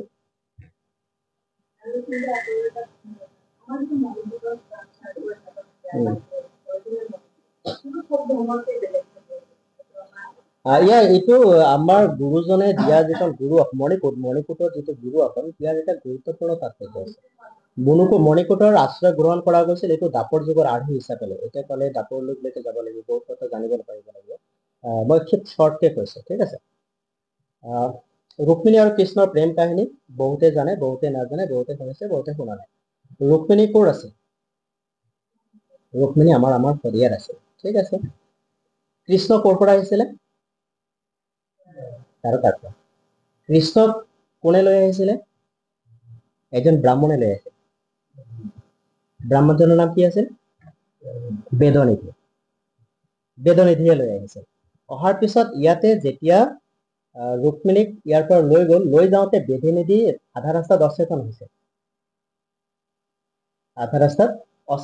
তাৰমানে যিমান বেগত ৰথ ছুটিলে, মানে সেই গতিতেই সি অচেতন হৈ গ'ল। ইয়াক মুৰ্মুষ অৱস্থাত পৰা উদ্ধাৰ কৰিবৰ কাৰণে এটা বৃহৎ আশ্ৰয় কৰিলে। অন্য দেখিব বুলি ভাবি তাত এটা কুট মানে আন্ধাৰ কৰি দিয়া হ'ল, যাতে কোনেও নেদেখে। আৰু সেই আন্ধাৰ গৃহটোত কৃষ্ণৰ প্ৰকাশেৰে, কৃষ্ণটো ভগৱান, তেওঁৰ ব্ৰহ্মজ্যোতি শৰীৰৰ প্ৰকাশেৰে বেদনিধিক শুশ্ৰূষা কৰা হ'ল আৰু সুস্থ হ'ল। এই তেতিয়াই এইটো হচ্ছে কুট, য'ত মণি প্ৰকাশিত হৈ থাকে, সেয়া মণিকূট। তো সেই বস্তুটো দাপৰ যুগত তেনেকে থাকিল। পৰৱৰ্তী সময়ত গুৰুজনে সেই বস্তুটো আনিলে যে 24 অৱতাৰৰ মাজত যিখিনি আমাৰ 24টা অৱতাৰৰ কথা কোৱা হৈছে, 24টা অৱতাৰ মানে 24টা তত্ত্ব হয়। সেই তত্ত্বখিনিক একত্ৰিত কৰি গুণমালাক কৃষ্ণৰ বাকময় মূৰ্তি বুলি কোৱা হয়। সেই বাকময় মূৰ্তি তাত সংস্থাপন কৰাৰ লগে কৃষ্ণক সংস্থাপন কৰা হয়। আৰু সেই কৃষ্ণ মণিসদৃশ হয়, সৰ্ব ধৰ্ম শিৰ ৰত্ন। আৰু সেই মণিটোক ক'ত ৰাখিব? এটা কুটৰ ভিতৰত, আৰু তাত সি সপ্ৰকাশিতভাৱে প্ৰকাশিত হৈ থাকে। সেইকাৰণে নামঘৰৰ পিছতো মণিকূট অংশ। ডাইৰেক্ট নামঘৰত গুৰু আসন নাথাকে বা কোনো মূৰ্তিয়ে নাথাকে। যদি ৰাধা যুগলৰ মূৰ্তি হয়, তাতো মণিকূটে থাকে। তো সেইটো বস্তু তাৰ পৰা আহিছে। পৰৱৰ্তী সময়ত গুৰুৱে সেইটো কৰে, অৰ্থাৎ কৃষ্ণ যেন সভাৱে প্ৰকাশিত হয় আৰু সকলোকে প্ৰকাশিত কৰি ৰাখিব পাৰে, সেই অৰ্থটোত তাক বুজোৱা গৈছে। আৰু গুৰু আসনৰ যিটো তাৎপৰ্য, সেইটো 24 তত্ত্বৰ ওপৰত নিৰ্মিত, আধ্যাত্মিকভাৱে সম্পূৰ্ণৰূপে। আৰু 24 তত্ত্বৰ লগতে গুৰু আসনত তাতে কেইবাটাও খলপা আছে, বিশেষকৈ 7 খলপা হয়। বৰপেটা হওক, সুন্দৰীদিয়া হওক, আমি য'ত আমাৰ মূল সত্ৰবিলাক আছে, তাত থকা গুৰু আসন 7 খলপীয়া হয়। তাৰ তলত যিবিলাক থাকে তেওঁলোকৰ 5 খলপীয়া হয়। আৰু যিখিনি এনে নৰ্মেলি নামঘৰ হিচাপে ব্যৱহাৰ কৰে, তাত আপোনাৰ 4 খলপীয়া বা 3 খলপীয়া হয়। বিভিন্ন ধৰণে কৰে। আৰু উজনি অসমৰ পিনে গুৰু আসনটোক আকৌ ময়ূৰ আসন বুলিও কয়। এনেধৰণৰ বহুতখিনি ক্লাছিফিকেশ্যন আছে। কিছুমানে সিংহাসন বুলিও কয়। তো গুৰু আসন, সিংহাসন, ময়ূৰ আসন, এনেধৰণৰ বহুতখিনি মানে কথা শুনা পোৱা যায়, শব্দ শুনা যায় বা নামাকৰণ পোৱা যায়। তো সেইটো এটা বেলেগ বিষয় বাৰু। প্ৰত্যেকৰে নিজা নিজা সুবিধা মতে কামখিনি কৰে, ঈশ্বৰ উপাসনা কৰে, সেইটো ডাঙৰ কথা। এতিয়া মূল কথাটো হৈছে, সেই গুৰু আসনখনৰ যিটো আৰ্কিটেক্ট, এই বস্তুটো অন্য কত শাস্ত্ৰ সাদৃশ্য নাই। আৰু ইয়াত যিখিনি তাত কৰা গৈছে, তাত 7টা খলপাত 7খন বৈকুণ্ঠক চিহ্নিত কৰা গৈছে। এটা খলপাত এখন বৈকুণ্ঠ আছে। আৰু সপ্ত বৈকুণ্ঠৰ ওপৰত আদি নিৰঞ্জন অৱস্থান কৰে, সেইকাৰণে গুণমালা হিচাপে দেখুওৱা হৈছে। আৰু তেওঁ মণিকূটত থাকে, এইকাৰণে এটা টুপ দিয়া হৈছে। এইখিনিলৈকে বুজি পালাম। এতিয়া সপ্ত বৈকুণ্ঠৰ কি কি নাম আছে, শ্বেত বিলাস, বৈকুণ্ঠ বিলাস, বেদ বিলাস, এইখিনি তুমি জানি ল'বা। এইখিনি তুমি কিতাপত পাই যাবা, চাৰ্চ কৰিলে আহি যাব, ঠিক আছে। এতিয়া চাৰিওফালে যে কাছ আছে, হাতী আছে, সিংহ আছে, এতিয়া আমাৰ 7খন গুৰু আসনৰ খলপাত কেইটা কোণা আছে? 28টা কোণা আছে। 28টা কোণা মানে 28টা কাছ আছে, 28টা হাতী আছে, 28টা, কিন্তু তাত সম্পূৰ্ণ ৰূপত নাই, তাত 24টা আছে। ওপৰৰ যিটো ফলপাত সেইটোত নাই, সেইটোত কাছ সিংহ হাতী নাই। ভালকে চাবা গম পাবা। তো কেইটা হল এতিয়া? 6টা। 6টা হলে কেইটা হব? 24টা।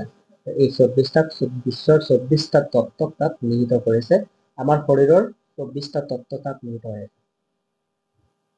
সকলা জ্ঞান ইন্দ্ৰিয়, কৰ্মেন্দ্ৰিয়, তন্মাত্ৰ, মন, বুদ্ধি, চিত্ত, অহংকাৰ আৰু অষ্ট অপ্ৰাপক্তি, এইগুলি 24টা। তো এটা সিম্বলিক হয়, ইটস এ স্পেশাল সিম্বলিক। তো এই বস্তুটো যেতিয়া পৰৱৰ্তী সময়ত ৰূপৰ জ্যোতিপ্ৰভা ডাঙৰ বনায় বাহিৰলৈকে গৈছে, ভাৰতৰ বাহিৰত বা ইউৰোপিয়ান বা অন্যান্য কাণ্ট্ৰিত যেতিয়া তেওঁ আৰ্কিটেক্টবিলাক চাইছিল, তাৰ পৰা যেতিয়া তেওঁ ঘূৰি আহিছিল, ঘূৰি আহি যেতিয়া গুৰুজনাৰ নামঘৰত প্ৰৱেশ কৰিছিল, সত্ৰত প্ৰৱেশ কৰিছিল, তেতিয়া গুৰু আসনখন তেওঁ দেখিছিল। তেতিয়া তেওঁ এটা বাক্য কৈছিল যে যি বস্তু বিচাৰি মই বাহিৰত গৈছো সেয়া মোৰ নিজৰ গৃহতে আছে, মইহে নাজানো। অৰ্থাৎ পৃথিৱী বা বিশ্বৰ সৰ্বশ্ৰেষ্ঠ আৰ্কিটেক্ট ছাৰ জনৰ নাম শ্ৰীমন্ত শংকৰদেৱ। তেওঁৰ যিটো আৰ্কিটেক্ট সেইটো পৃথিৱীত সকলোতে বিধান, আৰু কোনেও কপি কৰিব নোৱাৰে। তো এক বৈচিত্ৰ্যময়। আৰু তাতো তাৎপৰ্য বোলে যদি তাত থকা সিংহটোৰ আকৌ পাখি আছে। সিংহততো পাখি নাথাকে না, থাকে নাথাকে, কিন্তু তাত গুৰু আসনৰ সিংহাসনত পাখি আছে, সেইটো এটা চাব লগা। তো এনেধৰণৰ বহুতখিনি কথা আছে, যেতিয়া বহি প্লাইকত তাত্ত্বিকভাৱে সেইবিলাক বস্তুৰ বিশ্লেষণ এটাৰ পিছত এটা কৰা হ'ব, তেতিয়া বুজিবলৈ সহজ হ'ব। আজি মাত্ৰ যিখিনি তোমাৰ দৰকাৰ সেইখিনি কৈছে। এইখন সত্ৰ এটা বহুত ডাঙৰ ইতিহাস আছে, আৰু 1952 চনতে এই সত্ৰৰ আধাৰশিলা স্থাপন হৈছে। আৰু তেতিয়া ইয়াত নাছিল, তেতিয়া ইয়াতে বগাজুলি নামে এটা ঠাই আছিল, তাত বাগান আছিল, আৰু বাগানৰ মাজতে সৰুকে এটা জুপুৰি সাজি ঠিক সেই সময়ত বৰপেটা সত্ৰাধিকাৰী ইষ্টদেৱ নৱীজ আছিলে। ইষ্টদেৱ নৱীজে তেতিয়া ইফালে আহিছিলে, ইফালে আহোঁতে এই অঞ্চলটোত তেওঁ এখন হৰিনাম ধৰ্মৰ প্ৰৱৰ্তনৰ প্ৰচাৰৰ কাৰণে প্ৰয়োজন অনুভৱ কৰিছিলে। আৰু এই ক্ষেত্ৰত সহায় সহযোগিতা কৰিছিল সেই সময়ত আমাৰ হৰিচিঙা সত্ৰত আমাৰ বৰপেটাৰ পৰা কিছুমান ব্যক্তি উঠি আহি পেলাই ইয়াতে পাম বান্ধি আছিল। আৰু একেধৰণৰ কিছুমান ব্যক্তি টংলাতো পাম বান্ধি আছিল, আৰু টংলাৰ সত্ৰৰ চৌপাশে কিন্তু কিছুমান বৰপেটাৰ পৰা অহা লোক নিবাস কৰি আছে। তো সেইসকল ব্যক্তি ইয়াত থকাৰ পিছত তেওঁলোকে এই কথাটো অনুভৱ কৰিলে, আৰু তেওঁ ইয়ালৈকে সত্ৰাধিকাৰী হিচাপে আহিছিলে যাবৰ কাৰণে, ধৰ্মটো প্ৰচাৰ প্ৰসাৰ কৰিবৰ কাৰণে। তেনেতেই ইয়াত আহিছিলে, আৰু আহোঁতে মেনেজাৰৰ লগত যেতিয়া কথা বতৰা পাতিছিলে যে আমি ইয়াতে এখন সত্ৰ পাতিব বিচাৰোঁ, আমি স্থান পাম নে নাই বুলি, তেতিয়া তেওঁলোকে যে নিশ্চয়কৈ পাব এইবুলি তাতে এখন সৰু ঠাই এটুকুৰা দিছিলে। আৰু সেই ঠাইতে প্ৰথম চাকি বন্তি ইষ্টদেৱ নৱীজ আদি ভক্তগণে স্থাপন কৰিছিল। পৰৱৰ্তী সময়ত তেওঁলোকে গুচি গ'ল, তো লাহে লাহে এইটো চলি থাকে। তেনে সময়ত প্ৰয়োজন বোধ কৰি চাকিটো সত্ৰখন পাতিলেতো নহ'ব, তাক ধৰি ৰাখিব লাগিব। সেই সময়ত বৰপেটা সত্ৰত হৰে কৃষ্ণ মহন্ত এটা এগৰাকী কেউলীয়া হিচাপে আছে, উদাসীন ভকত হিচাপে তেওঁ বৰপেটা সত্ৰত আছিল, আৰু তাতে থাকি সত্ৰৰ নাম গুণ কীৰ্তন প্ৰসংগ আদি গোটেইখিনি কৰিছিল। কৰি থাকোঁতে তেওঁৰ তেতিয়া বয়স 14-15 বছৰ এনেকুৱা হ'ব। আৰু সেই সময়তে পৰৱৰ্তী সময়ত তেওঁ ইয়ালৈকে লৈ আনি ইয়াতে নাম গুণ কীৰ্তন কৰি পুনৰ চাকি প্ৰজ্বলিত কৰি তেখেতে ইয়াতে ৰক্ষক হিচাপে, নামঘৰী হিচাপে থৈ তেওঁলোকে গ'ল। তেতিয়াৰ পৰা তেওঁ ইয়াতে নামঘৰীয়া হিচাপে, নামঘৰৰ ৰক্ষক হিচাপে সেইটো কাম কৰি থাকিব, সত্ৰৰ ৰখীয়া হিচাপে থাকিব। তাৰপিছত তেনে কৰি যেতিয়া অলপ প্ৰচাৰ প্ৰসাৰ হ'ল, তেতিয়াতো হাবি জংঘল আছে, এইবিলাকতো মানে তেতিয়া দ্বিতীয়াৰ বুলি ক'লেতো ভাবিব নোৱাৰা এটা কল্পনাতীত এখন দ্বিতীয়াৰ আছিল। সেই দস্যু দানৱ মানে মানুহ বুলি ক'ব নোৱাৰি আৰু। তো তেনেকুৱা এটা পৰিৱেশৰ পৰা সেই বস্তুখিনি পৰৱৰ্তী সময়ত ইয়ালৈকে স্থানান্তৰ কৰা হ'ল। কাৰণ যিহেতু তাত জংঘল, চাৰিওফালে অসুবিধা, তেতিয়া ইয়াত অলপমান মুকলি হৈ আছিলে, সেই মুহূৰ্তত ইয়ালৈকে অনা হ'ল। ইয়াতে মোটামুটি আপোনাৰ 1962 মান সময়ত ইয়াত তাৰ পৰা স্থানান্তৰ কৰা, তাৰ পৰা 7-8 বছৰ পিছত ইয়াত স্থানান্তৰ কৰা হ'ল বুলি আমি পাওঁ। তো তাৰপিছত অহাৰ পিছত ইয়াতে নিগাজিকৈ তেওঁক সত্ৰাধিকাৰৰ মালা নিৰ্মালি অৰ্পণ কৰা হয়, আৰু তেতিয়াৰ পৰা তেওঁ থাকিল। আৰু তাতে থকাৰ পিছত বহুতখিনি কাহিনী আছে। যেতিয়া ইয়াতে ধৰ্ম প্ৰচাৰ কৰিবলৈ গৈছিল, তেখেতৰ গাত উদণ্ড মদাপিয়ে মদ ঢালি দিয়াৰ দৰেও মানে নিকৃষ্ট কৰ্ম কৰিছিলে, যিখিনি আমি তেওঁৰ মুখেৰে শুনিছো। বা বাটে পথে গ'লেও তেখেতক বাটতে আগুচি কৰি অপমান কৰা হৈছিল, এনেকৈ স্বাস্থ্যপাত ছিঙি দিয়া হৈছিলে। এনেধৰণৰ যিফালেদি গৈছে কেতিয়াবা ৰাস্তাত কাঁইটো চিচৰিত কৰা গৈছিল, অৰ্থাৎ যাতে মানুহজন অতিষ্ঠ হৈ ইয়াৰ পৰা আঁতৰি যায়। আৰু তেওঁৰ মনলৈকেও আহিছিলে, তেওঁৰ সাক্ষাৎকাৰত বহু ঠাইত প্ৰকাশ কৰিছিল, তেওঁ ইয়াৰ পৰা যাবৰ কাৰণেও মন স্থিৰ কৰিছিল যে মই আৰু ইয়াত নাথাকো, ইমান কষ্ট ইমান অত্যাচাৰ সহ্য কৰি মই ইয়াৰ পৰা যাওঁগৈ। কিন্তু পৰৱৰ্তী সময়ত ইয়াতে কমৰেড কলাগুৰু বিষ্ণুপ্ৰসাদ ৰাভা আহিছিল। সেই সময়ত এটা আন্দোলন চলি আছিল অসমত, এটা বিভীষিকাময় পৰিস্থিতি, বিষ্ণুপ্ৰসাদ ৰাভা পলাই ফুৰিব লগা হৈছিলে।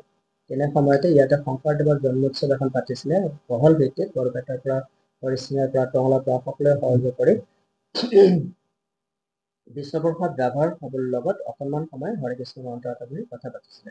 আৰু তেতিয়া বিষ্ণুপ্ৰসাদ ৰাভাই কৈ গৈছিল যে আপুনি এইখন নেৰিব, ইয়াতে থাকক, এটা সময় আহিব স্বভাৱে প্ৰকাশিত হ'ব আৰু এখন সুন্দৰ সত্ৰ হিচাপে পৰিচয় লাভ কৰিব।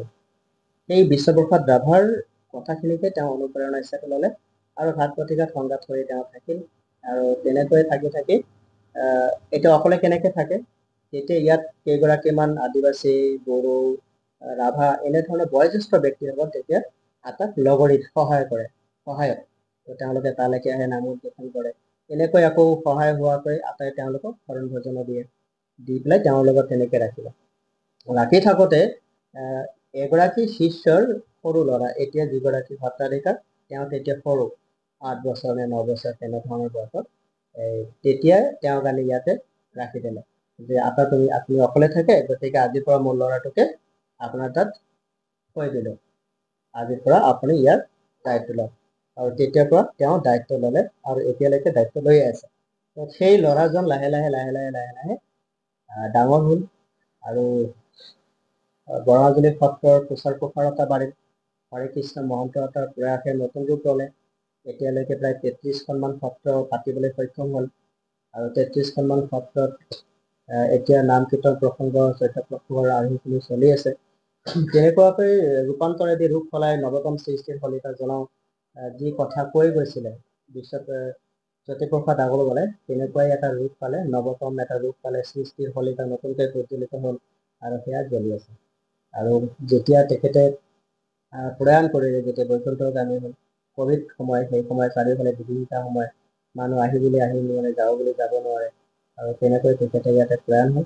তেখেতৰ প্ৰয়াণৰ পিছত ৰাইজৰ মাজত অলপ কৌতূহল সৃষ্টি হ'ল। এতিয়া সত্ৰখন ৰক্ষা কৰিব লাগিব, কোনে ৰক্ষা কৰিব, ক'ৰ পৰা ৰক্ষা কৰিব, ইয়াৰ আধাৰ কি হ'ব, এনেধৰণৰ কথাবিলাক চিন্তা চৰ্চা হোৱাৰ পিছত, বহুলভাৱে চিন্তা চৰ্চা হোৱাৰ পিছত সিদ্ধান্ত লোৱা গ'ল, যিহেতুকে 7-8 বছৰ বয়সৰ পৰাই এই ল'ৰাজনে এই সত্ৰখনৰ চোৱা চিতা কৰি আছিল। তেওঁৰ যিটো ত্যাগ, তেওঁৰ যিটো সমৰ্পণ, আটাৰ প্ৰতি যিটো শক্তি, আমাৰ গুৰুজনৰ এখন হৰিনাম ধৰ্মৰ প্ৰতি তেখেতৰ যিটো আন্তৰিকতা, সেই সকলোখিনি কথা গুৰুত্ব দি এই অঞ্চলটোৰ এণ্টায়াৰ অঞ্চলৰ যিখিনি ট্ৰাইব কাষ্ট আছে, সকলোখিনিক যাতে ইয়াৰ পৰা আঁতৰি নাযায়, বিচলিত নহয়, অন্য এজন মানুহ দিয়াৰ লগে লগে হয়তো বিভ্ৰান্তিৰ সৃষ্টি হ'ব, বিচলিত হ'ব, আহি পেলাই সেই সুবিধাটো নাপাব, মনত বিভিন্ন ধৰণৰ বিৰূপ প্ৰতিক্ৰিয়াৰ সৃষ্টি হ'ব পাৰে। সেইখিনি কথা চিন্তা কৰাৰ পিছত উমৈহতীয়াভাৱে তেখেতক ইয়াত এটা পবিত্ৰ মুহূৰ্তত সত্ৰাধিকাৰ হিচাপে অভিষেক কৰা হ'ল। আৰু তেতিয়াৰ পৰা নিৰঞ্জন বড়ো সত্ৰাধিকাৰ নিৰঞ্জন বড়ো হ'ল আৰু এতিয়াও সত্ৰাধিকাৰ হৈ আছে। গতিকে এইটো এটা আমাৰ শংকৰী বা সত্ৰীয়া সংস্কৃতিত এটা ঐতিহাসিক পথ পৰিৱৰ্তন। আৰু তেতিয়াৰ পৰা পৰৱৰ্তী সময়ত এখেতক শৰণাচাৰ্য অভিষেক কৰাৰ পিছত আৰু কেইবাগৰাকীও জনজাতীয় লোক গুৰুজনাৰ ধৰ্ম প্ৰচাৰ কৰিবৰ কাৰণে শৰণাচাৰ্য পাতি দিয়া হ'ল, সত্ৰাধিকাৰ পাতি দিয়া হ'ল। আৰু বেছিভাগে উজনি, চিমেণ্ট চাপৰি, বদতি, লখিমপুৰ, কুমাৰীকাটা আদি এনেকুৱা কামবিলাক এতিয়া হৈ আছে। মই তাৰ কাৰণে গোটেই গ্ৰন্থখন দি আছোঁ। তেখেত প্ৰয়াণৰ 1 বছৰ পিছত তেখেতক অভিষেক কৰা হৈছে, অৰ্থাৎ আজিৰ পৰা প্ৰায় 14 বা 15 মাহ। এতিয়া ওদালগুৰি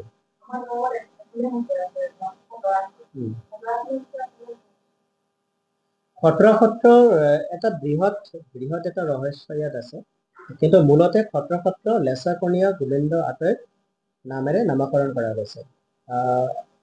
আমি জনা মতে বা চৰিত্ৰটিত কোৱা মতে যেতিয়া তাতে গুৰুজনাৰ বন্তি প্ৰজ্বলন কৰিলে তাত আৰু এটা বিষয় আছে, তাত হনুমানক পূজা কৰা হয়, বজৰং বলীক পূজা কৰা হয়, হনুমানক পূজা কৰা হয়। তো হনুমানৰ লগত সত্ৰ এটা কিবা প্ৰাসংগিক ৰিলেশ্যন আছে, কিন্তু মই ইমান জ্ঞাত নহয়, মই ভিতৰলৈকে গৈ তাক অধ্যয়ন কৰা নাই।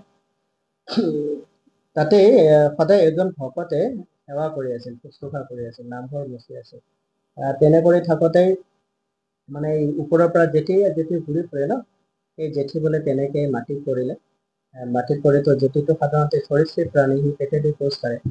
তো তেনেকুৱাকৈ মানে লেচাৰ লগত লেচি লাগি ফুৰে কাৰণে পৰৱৰ্তী সময়ত সেই সত্ৰটোক খটৰা নাম দিয়া হয়। তো পৰৱৰ্তী সময়ত আমাৰ লেচাকণীয়া গোবিন্দ আঁতৰে আচলতে প্ৰতিষ্ঠিত, আৰু তাৰ পৰাই সত্ৰৰ উদ্ভৱ হ'ল, আৰু তেতিয়াৰ পৰাই সত্ৰ ইয়াত ভিতৰত যদি কিবা বিষণ কাহিনী আছে তেনেকুৱাকৈ পৰৱৰ্তী সময়ত যদি কিবা সংকলন কৰিছে সেইটোহে আছে, কিন্তু চৰিত্ৰটিত ইমান বিস্তাৰভাৱে তাৰ বৰ্ণনা দিয়া হয়। এটা নিৰ্দিষ্ট এটা সমীক্ষা দিয়া গৈছে যে এইখিনি মূল কাৰণ।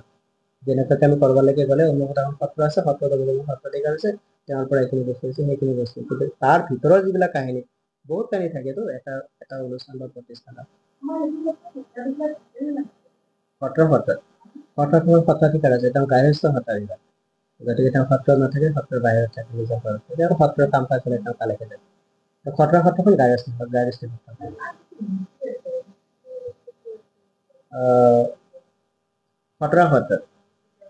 খটৰা সত্ৰত মুক্তি আছে, মানে সেইকাৰণে ক'লো যে তাত তাৰমানে ৰাম সীতা হনুমানৰ এটা প্ৰাসংগিক প্ৰসংগ এটা তাত আছে, যিটো মই ইমান গভীৰলৈকে গৈ অধ্যয়ন কৰা নাই, সেইকাৰণে মই ক'ব নোৱাৰিম, কাৰণ তথ্য ভুল হ'লে আৰু ইফালে খেলি মেলি হৈ যাব।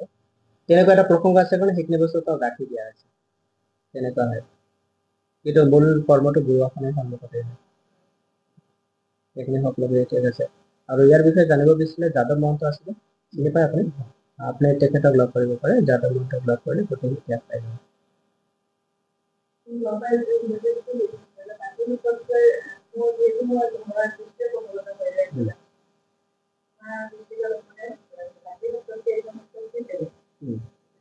বাকী সত্ৰতকে এইখন সত্ৰ এই কাৰণে বেলেগ, ইয়াত এটা প্ৰাকৃতিক নান্দনিক পৰিৱেশ আছে। নাম্বাৰ 2, ইয়াত এগৰাকী বড়ো জনজাতি সম্প্ৰদায়ৰ এগৰাকী সত্ৰাধিকাৰ আছে। 3 নম্বৰ, বিটিআৰ অঞ্চলৰ অধ্যুষিত অঞ্চলত আছে, য'ত আমি প্ৰাসংগিকভাৱে যিখিনি কথা আমাৰ দৰঙত থাকি চিন্তা কৰিব পাৰোঁ, তাত থাকি কৰিব নোৱাৰোঁ, আৰু তাত সেইখিনি কৰ্ম চলি আছে। সত্ৰ প্ৰায় মানে ডিফাৰেঞ্চ সেইটোৱে, তাত সত্ৰখনৰ লগত ৰাম আৰু ৰাম জানকী হনুমানৰ এটা প্ৰাসংগিক প্ৰসংগ আছে, সেইকাৰণে আলাদা, সেইকাৰণে মই সেই কথাটো কৈছোঁ।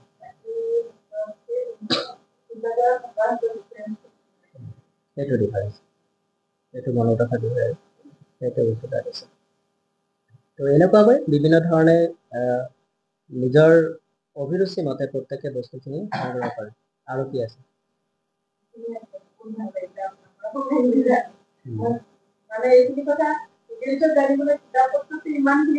কিতাপত আপুনি থিয়ৰিকেল কৰিব টাইম বেছি লাগিব, কিন্তু সঠিক কথাবিলাক নাপাব।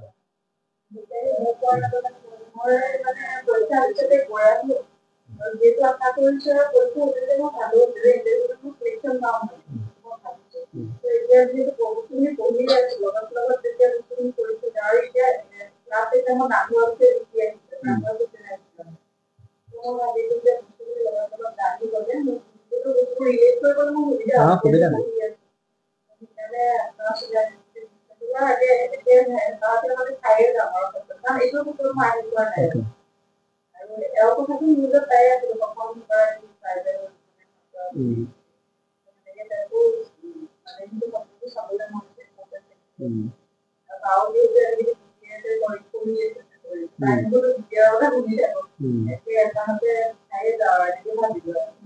নাই এইটো ভাল হৈছে, আৰু চাব লাগে, যেতিয়ালৈকে নিজৰ চকুৰে চোৱা নাযায় তেতিয়ালৈকে মানে উপলব্ধি কৰিব নোৱাৰি বস্তুটো।